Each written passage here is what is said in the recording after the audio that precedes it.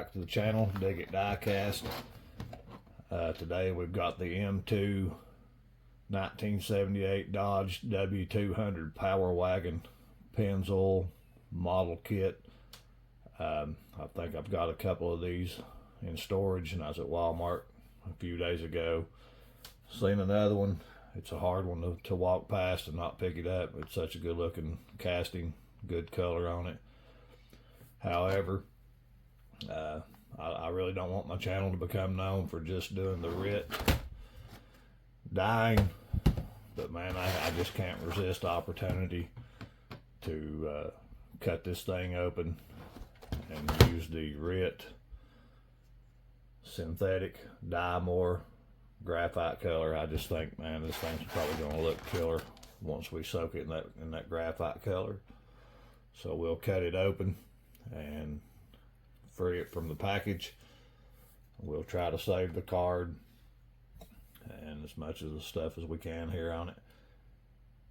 So I'm not going to bore you with opening it. Just going to take some scissors and cut along the outside edges right here. So we'll be back once we get it open.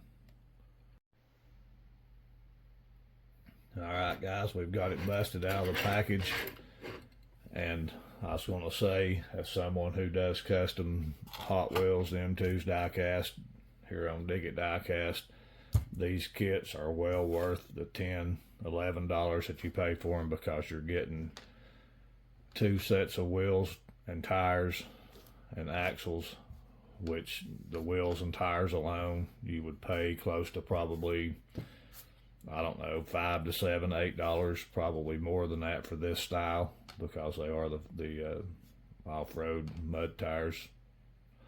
So well worth the deal that you get on that. And also, I'm probably going to pick up a few more of these if I see them, because I'm going to use the chassis off of them and maybe do some chassis swaps to a different color body on a Dodge truck if it works.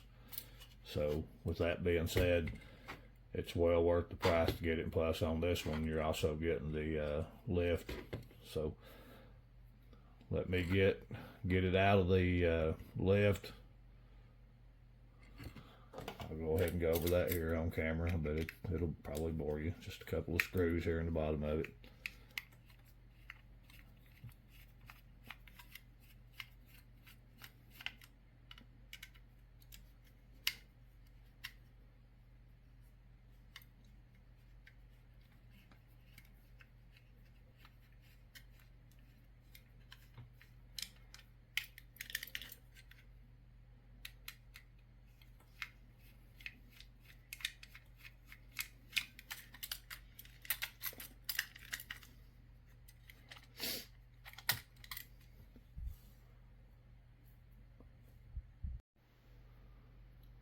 Okay, we've got it out.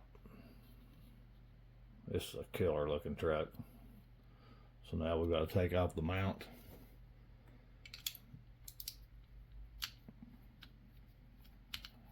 Again, just a couple of screws in the bottom of it.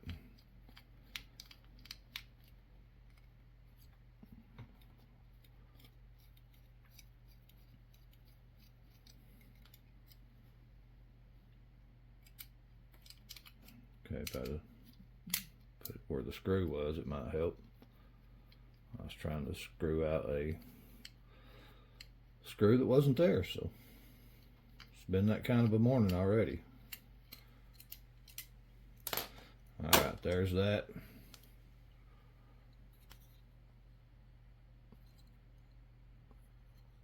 Like I said, I'm probably going to pick up a couple more of these just to get the chassis, to possibly do some chassis swaps on a different one. However, on this one, I'm not taking the windows out of it. I'm not doing any of that. I'm going to go downstairs. I had a question on my previous one about how to use this dye. I pretty much follow the directions on the back of it.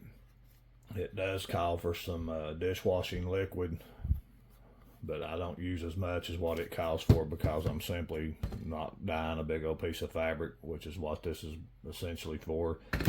What I do, I get me some water around the 205 degree mark, put just enough water in the jar to cover whatever it is that I'm dyeing. I may use a different, I've got another bucket here that may be more sufficient than a jar, but anyways, whatever the vessel is that I'm soaking my die cast in, I put just enough to cover, measure it out, then pour it in my pot on the stove, get it up to about 205 degrees, and I really don't even measure this out as either. I just put enough in there that I think it may look cool. A couple of drops of Dawn dish soap or whatever brand you use. Mix it real well. Set this in there. I let it soak for at least 30 minutes. That's what the directions call for on the dye. But however, I have let them soak for several hours. I don't think it makes much difference once you reach the 30-minute point, but that's what we're going to do. So we're going to go downstairs, get our water going, get our dye in, get our little bit of soap, and then we're going to let it soak, and we'll be back. Okay, before we go down to get our water ready for our dye, also I forgot to mention that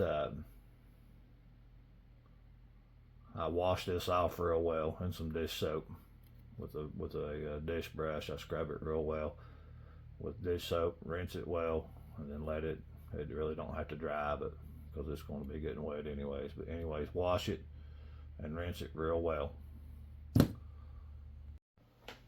Okay, one more little tip here before we go down and get our dye going. I had went down to get it set up, and in my previous dyes I was taking my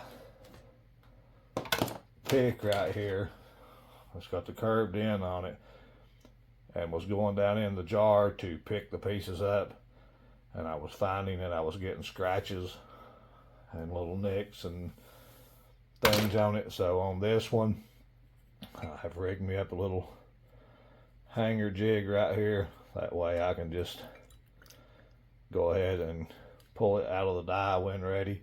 And also I can move it around and kind of get the dye just maybe more uniform. I don't know if that helps or not. But also I'm using distilled water out of a jug. I use a CPAP machine at night. I have plenty of distilled water, so that's what I use in my dye. It's just a more pure water, got all the impurities out of it, so don't know if that makes a difference. It may or may not. You guys can use whatever water you want, but I'm using distilled water. I've got me a little jig here to get it out once we're done.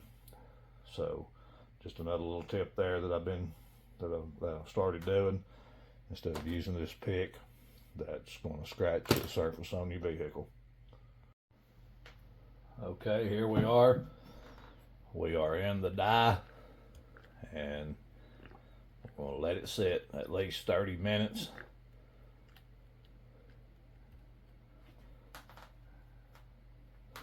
I like to come in every now and then and maybe just move it around. So here we go. We'll let it sit. We'll be back. Okay, we're back, everyone. It's been 30 minutes on this soak. I believe that's going to be plenty of time on it. It's already looking awesome. So what we're going to do, we're going to take this down to the kitchen, and we're going to rinse it under cool water. And while we're waiting, I couldn't resist. I've got the dye. I might as well go ahead and use it. I pulled out one of my duplicate RT Challengers, busted it out of the pack. So we're gonna let it soak next. I've got the dye. Might as well use it. I've already washed it. So we're going to go downstairs with this one, rinse under cool water, and we'll be back with it. Then we're going to drop in the Challenger. Okay, we're back. We're out of the dye.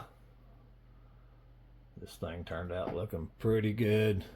Has a couple of spots on it I'm not happy with, like right here where the light bar is. I'm assuming that's glue. It did not dye the glue, and it's also got a spot right there on the inside of the bed and back here around the taillights. It happens sometimes. Got a little spot right there on the front of the fender, but it is what it is. We're going to put it together and put it in with the rest of my loose ones that I got displayed. We'll put the wheels on it here in just a minute and see what it looks like. Okay, everyone, here's the finished product of the 1978 Dodge W200 Power Wagon from the RIT dye process on that graphite dye. This truck was originally yellow. I went with the black wheels. Also, it came with some chrome wheels on it, but I thought the black would look pretty good since the truck turned out black. This thing turned out pretty cool.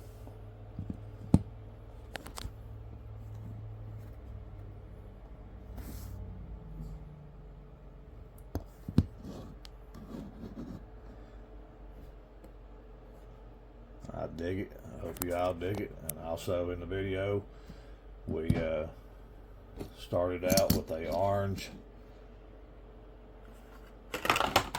1971 Dodge Challenger RT, and since I had the black dye, I went ahead and dropped one of those in, and it turned out like this. This thing turned out pretty awesome as well. I hope you guys dig this one. I think it turned out killer looking, the color on it. It kind of looks brown in the pictures, but it's actually a really deep red. It turned out looking really good. So there's the final results on both of these. Of course, the orange one looks pretty good as is. I had several of those, so I went ahead and dropped one in. I hope you guys enjoy this video. Please give me a thumbs up, subscribe, comment, share, hype. I think there's some kind of new something you can hype the video. That really helps me out, so I appreciate it. Thank you guys for watching.